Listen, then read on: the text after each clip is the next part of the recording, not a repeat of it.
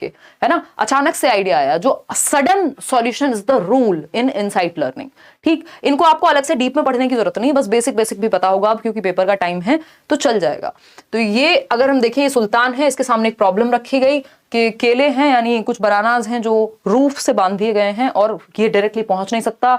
अब ये क्या करेगा, इस डब्बे या जो भी वहां पे पड़ा हुआ होगा उसको रख के देखेगा, फिर भी नहीं पहुंच पाएगा, फिर 3 डब्बे लगाएगा, फिर पहुंच जाएगा, या फिर अचानक से इसको एक सूझ आती है कि वहां पे कुछ स्टिक पड़ी हुई है जिसका प्रयोग करके ये कर सकता है, बैठ जाता है, सोचने लगता है, अचानक से आइडिया आता है। इसी को इंसाइट करें, अचानक से आइडिया का आना। जैसे आप कोई प्रॉब्लम सॉल्व कर रहे हो और आप परेशान हो चुके हैं प्रॉब्लम सॉल्व कर करके, और वो प्रॉब्लम सॉल्व नहीं हो रही, सॉल्यूशन नहीं आ रहा दिमाग में, आप क्या करते हैं, उठ के चले जाते हैं, चलो खाना बना लेते हैं, चलो गाड़ी चला लेते हैं, कुछ और काम कर लेते हैं, लेकिन दिमाग में वो चीज चल रही है। अचानक से आइडिया आएगा एक टाइम पे और सॉल्यूशन मिल जाएगा। इस अचानक से आइडिया आने को ही इंसाइटफुल लर्निंग या सूझ का सिद्धांत कहते हैं, जिसमें आहा मोमेंट बोलते हैं उसको, कि जब सुल्तान के दिमाग में सॉल्यूशन आया होगा तो उसने कहा होगा अरे वाह मजा आ गया, है ना। तो आहा मोमेंट इसी में आता है, इसी थियरी में, जो इंसाइटफुल लर्निंग है। और ये जो आपका प्रॉब्लम सॉल्विंग के कुछ स्टेप्स है ना, क्रिएटिविटी के कि कैसे क्रिएटिव प्रॉब्लम सॉल्विंग काम करती है, जिसका मैंने PIIV, इस पे अलग से भी क्वेश्चन आया हुआ है, ये भी बेस्ड है इंसाइट लर्निंग पे ही, सूझ के सिद्धांत पे ही। क्रिएटिविटी के लिए ये बहुत ही महत्वपूर्ण है सूझ का सिद्धांत। मेरा एग्जाम 28 को है, प्लीज नोट्स दे दीजिएगा। मेरे फ्रेंड अरुंधति का नाम ले लीजिए, नाम ले लिया राहुल कुमार, और नोट्स, अच्छा आपका 28 को ही एग्जाम है, परसों तक आपको मिल जाएंगे, डोंट वरी। और अब हम थोड़ा मैराथॉन्स भी शुरू कर देंगे, डोंट वरी। अगर हम बात करते हैं इनक्यूबेशन की, इनक्यूबेशन 1 हफ्ते में बहुत कुछ करने वाले हैं, पूरा ध्यान रख दीजिएगा, जो भी लेसन पे क्लास हो रही है बहुत ध्यान से देखनी है, ठीक है ना। चलिए बहुत बढ़िया। शुभम तिवारी कह रहे हैं रिकॉर्डेड क्लास लाइव कैसे करते हैं भाई, इतने तो हम अभी समझदार नहीं हुए, है ना। हम जो भी काम करते हैं जेन्युइनली करते हैं, ये सब तो नहीं करते हैं। श्रुति कह रही है डर लग रहा है। डर लगना स्वाभाविक बात है, इतना कुछ हमने किया है। पहले तो वो 3-4 मैराथन देख लीजिए CDP की, जो चल रहा है अब तक और एग्जाम तक चलेगा, वो सब ध्यान से देखिए, पेपर रुकेगा नहीं। डर लगता है सबको, नेचुरल है ना। देखो एक बार अगर हम बात करते हैं तो 4 स्टेप्स हैं प्रॉब्लम सॉल्विंग में, इस बार पेपर में आया हुआ है आपके, ये क्रिएटिव प्रॉब्लम सॉल्विंग में ये 4 स्टेप्स लगते हैं।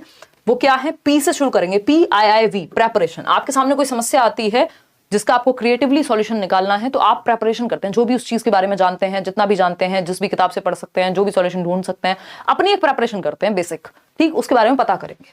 दूसरी स्टेज है इनक्यूबेशन की।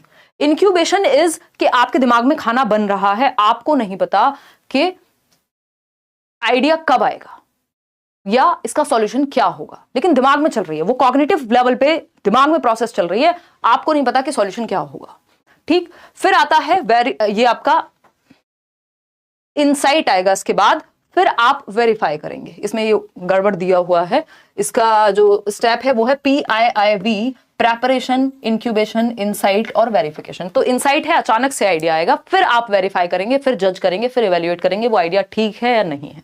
तो ये भी इसी थियरी पर बेस्ड है, इनसाइट लर्निंग पर ही। और इसके 4 स्टेप याद रखिएगा, पेपर में इस बार पूछे हैं। क्वेश्चन नंबर 5 देखिए, फटाफट से जवाब दीजिए और फिर आगे बढ़ेंगे। क्वेश्चन नंबर 5 क्या कहता है भाई, who propounded the psycho analytical theory of personality. कल भी हमने इस पे बात की थी, क्योंकि ये पेपर में पूछा हुआ है, तो इसको आज थोड़ा सा डिटेल में भी जान लेंगे कि जो मनोविश्लेषणवाद का सिद्धांत है, या यहाँ पे साइकोसेक्सुअल थियरी भी लिख सकता था, या यहाँ पर साइको डायनेमिक थियरी भी लिख सकता था, 2-3 नाम इसके हैं, ठीक है ना। चलिए बहुत बढ़िया, जवाब दीजिए आप। तो इंग्लिश पेडागोजी के नोट्स दे चुकी हूँ यार, इंग्लिश पेडागोजी के, तो इंग्लिश के, हिंदी के और किसके, CDP के। ये 3 सब्जेक्ट के नोट्स डिस्क्रिप्शन बॉक्स चेक कर लो, वहां पे लिंक मिल जाएगा। आप डायरेक्ट गूगल ड्राइव से भी जाके, मतलब लिंक से भी डाउनलोड कर सकते हो, नहीं तो टेलीग्राम चैनल से डाउनलोड कर सकते हो, कोई टेंशन वाली बात ही नहीं है, ठीक है ना।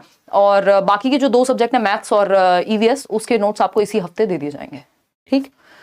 क्वेश्चन नंबर 5 देखिएगा, who propounded the psycho analytical theory, यानी किसने मनोविश्लेषणवाद का सिद्धांत दिया। तो 81% लोग, सिगमंड फ्रॉइड। इन्होंने मन की 3 अवस्थाएं भी बताई। आज कल मैंने किसी का कमेंट पढ़ा था, तो आप लोग क्रिएटिव हो ही गए, तो किसी ने लिखा हुआ था कि जो मन की 3 अवस्थाएं हैं, मन की 3 अवस्थाएं बोले तो कॉन्शियस, सबकॉन्शियस और अनकॉन्शियस। तो ये मन की बात करते हैं, यानी माइंड की बात कर रहे हैं, और इसीलिए माइंड क्या हो जाता है, फ्राई हो जाता है। तो भेजा फ्राई से इन्होंने सिगमंड फ्रॉइड को याद रख लिया। तरह तरह के लोग हैं हमारे यहाँ, है ना, अलग अलग तरह के लोग हैं। तो सिगमंड फ्रॉइड बेसिकली मन की 3 अवस्थाओं की बात कर रहे हैं। उनकी थियरी का नाम है साइकोसेक्सुअल, यानी मनोलैंगिकवाद का सिद्धांत, साइको डायनेमिक भी बोलते हैं, मनोविश्लेषणवाद का, और psycho dynamic, psychosexual, psycho analytical, 3 नाम है इसके।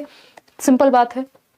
रॉजर्स तो ह्यूमनिस्टिक हैं, इनसे पूछेगा नहीं। मैस्लो की हायरार्की आपने पढ़ी है नीड की, ठीक, आगे बढ़ेंगे। क्वेश्चन तो समझने से पहले मन की 3 अवस्थाएं हैं। आइसबर्ग से इन्होंने मन को कंपेयर किया। सिगमंड फ्रॉइड ने एक एनालॉजी दी कि मन कैसा है। मन के एक तो 3 प्रकार हैं, जिसको प्री कॉन्शियस बोल रहे हैं उसको हम सब कॉन्शियस भी बोलते हैं, अनकॉन्शियस और ज्यादा अंदर है। और अगर हम बात करते हैं किसकी, कॉन्शियस की, तो सिर्फ 10% ही चेतन है जिसको आप व्यवहार में ला पा रहे हैं। जैसे मैं अभी बोल रही हूँ तो मैं कॉन्शियसली बोल पा रही हूँ। प्री कॉन्शियस क्या है, बीच में कहीं है, कोई चीज याद नहीं आ रही, याद कर रहे हैं, सपने देख रहे हैं, तो वो सब कॉन्शियस में है। अनकॉन्शियस जिस तक आप एक्सेस कर ही नहीं सकते, या तो हिप्नोटिज्म के द्वारा या मनोविश्लेषणवाद जिसको हम ड्रीम एनालिसिस कहते हैं उसके द्वारा पहुंच पाएंगे। ईगो, सुपर ईगो और इड। इड जो है आपकी वो प्लेजर इंस्टिंक्ट पे काम करती है, जो एक तरह की जानवर प्रवृत्ति भी कह सकते हो कि बस मजा मजा मजा। तो ये इड है जो जन्म से होती है। ईगो होती है 1.5 साल के आसपास डेवलप, सेकंड स्टेज में अभी आएंगे। और सुपर ईगो है 3 साल के बाद डेवलप होगी फैलिक स्टेज में। सुपर ईगो इज कि आप रूल्स के अकॉर्डिंग चल रहे हैं, जो चीजें चल रही हैं नियम कायदे कानून के अकॉर्डिंग चल रहे हैं। ईगो दोनों को बैलेंस करता है। ठीक, अब ये बहुत ज्यादा डिटेल में अगेन नहीं पढ़ने, आइडिया होना चाहिए। तो फ्रॉइड की जो साइकोसेक्सुअल स्टेजेस हैं वो 5 स्टेजेस हैं। OAPLG से मैंने आपको याद भी कराई हुई हैं, यानी O Amarpal, AP, O for oral, A for anal. और यहां पे मैं मेंशन भी कर देती हूँ, ये जो ओरल स्टेज है ये है आपकी जन्म से 1 साल या 1.5 साल तक की, है ना। जन्म से 1 साल बोल देते हैं, फिर ये 1.5 से 3 साल जो है आपके, या 1 से 3 भी कह देते हैं कई लोग, क्या है, एनल स्टेज है। फिर ये 3 से 6 वर्ष फैलिक स्टेज है जहां पे सुपर ईगो डेवलप होगी। फिर ये 6 से 12 ये स्कूल एज है, ये इंपॉर्टेंट है। लेटेंसी ये है स्कूल एज, और ये आपके काम की नहीं है क्योंकि सीटेट में या किसी भी एग्जाम में, क्योंकि ये वाले बच्चे तो गायब हो जाते हैं स्कूल के बाद।